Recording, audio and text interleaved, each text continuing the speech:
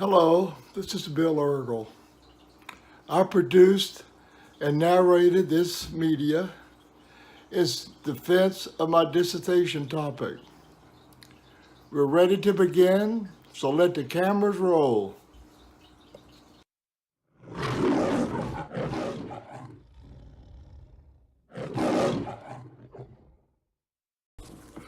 I think most people would say, myself included, that college life in many respects was synonymous with the life of the fictional character in the life of Riley, who had a carefree and content existence. As a reminder, look at this generic video clip of college students leisurely walking across campus on their way to and from classes. I would guess most are not too concerned about the complexities of such topics as college finances, except, of course, when it comes to paying tuition or having enough money to snag tickets to the next Taylor Swift concert. My proposed dissertation examines college finances at a deeper level. My topic, the inability of colleges and universities to align budgets with organizational goals, evaluates a college's standing in achieving this alignment. The college, shown here, is one I graduated from 50 years ago and will be identified with the pseudonym the College of Goodness. Initial research into my dissertation topic at Goodness and colleges and universities nationwide produced startling findings. If made public, these findings could potentially turn smiles into looks of concern and confusion on the faces of current-day college students like those now being shown. The misinformed would assume annual funds provided in a college's budget are targeted to meet the short and long-term goals of the educational institution.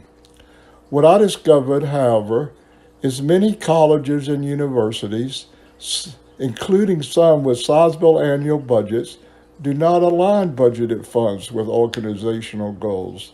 They shoot blindly in hopes of hitting the target when in fact the target or goal has not been defined.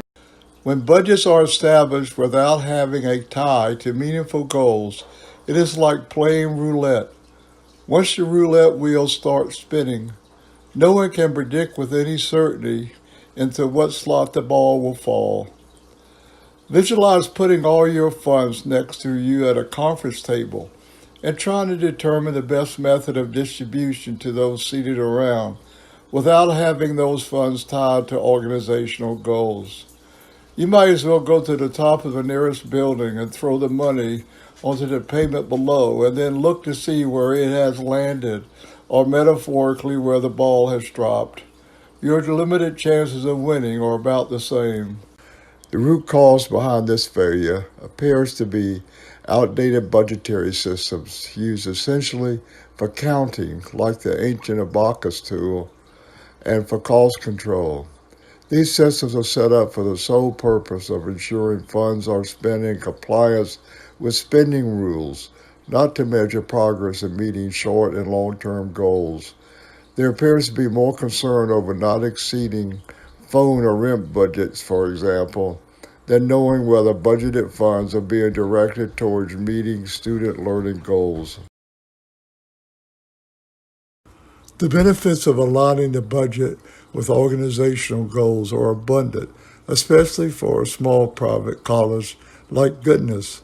The lack of public funding, combined with narrow support from the base of constituents and alumnus, increases the need for colleges to use the entirety of tuition and fees to cover the operating costs of the institution. When available funding resources are used essentially for the support of fixed operating costs, student outcomes are stagnated. To make funds available for discretionary spending on student outcomes, while at the same time keeping tuition costs down in order to remain competitive, Goodness must be diligent in its use of scarce resources. My proposed dissertation effort We'll evaluate current KMO conceptual framework influences that goodness and make recommendations for improvement. Many questions must be addressed. Under knowledge influences, does College of Goodness budgetary staff have the necessary knowledge, skills, and abilities to properly address the need to align the budget with organizational goals? Does staff have the skill set to develop concise, meaningful goals in a smart format?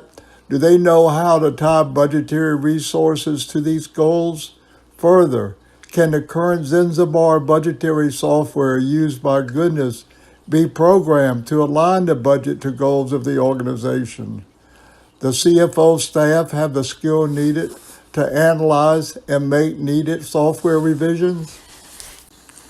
Motivational influences could also affect Goodness's effort to attain the goal of aligning its budget with organizational goals. Motivation is a key element to success. Don't believe me? Ask Denzel Washington. So you got to get out there. You got to give it everything you got, whether it's your time, your talent, your prayers, or your treasures. Because remember this, you will never see a U-Haul behind a hearse. I'll say it again. You will never see a U-Haul behind a hearse. You can't take it with you. The Egyptians tried it, and all they got was robbed. One element of motivational theory espoused by Bandura is self-efficacy, an individual's belief they will successfully complete the task ahead. How will I be able to tell if leaders at Goodness possess this trait? I must look no further than a member of Cohort 8 for an example of a leader I can use in comparison. Master Sergeant Yadriana Kavitz, a jump master with the 82nd Airborne Division. She is an extraordinary woman of color in a white man's world. This video clip will give you a look into her world.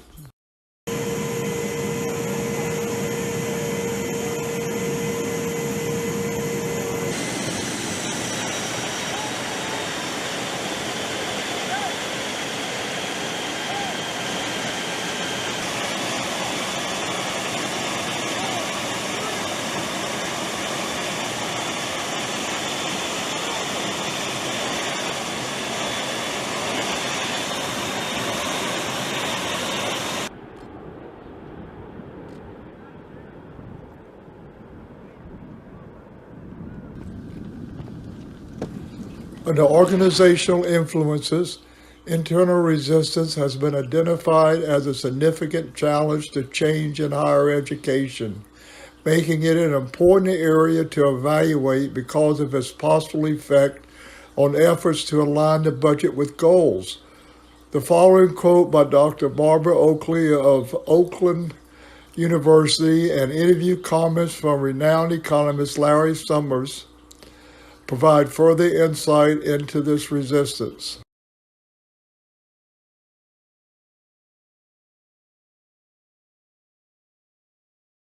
Who's innovating in higher education right now, and what are they learning from this innovation? Not enough people are innovating enough in higher education.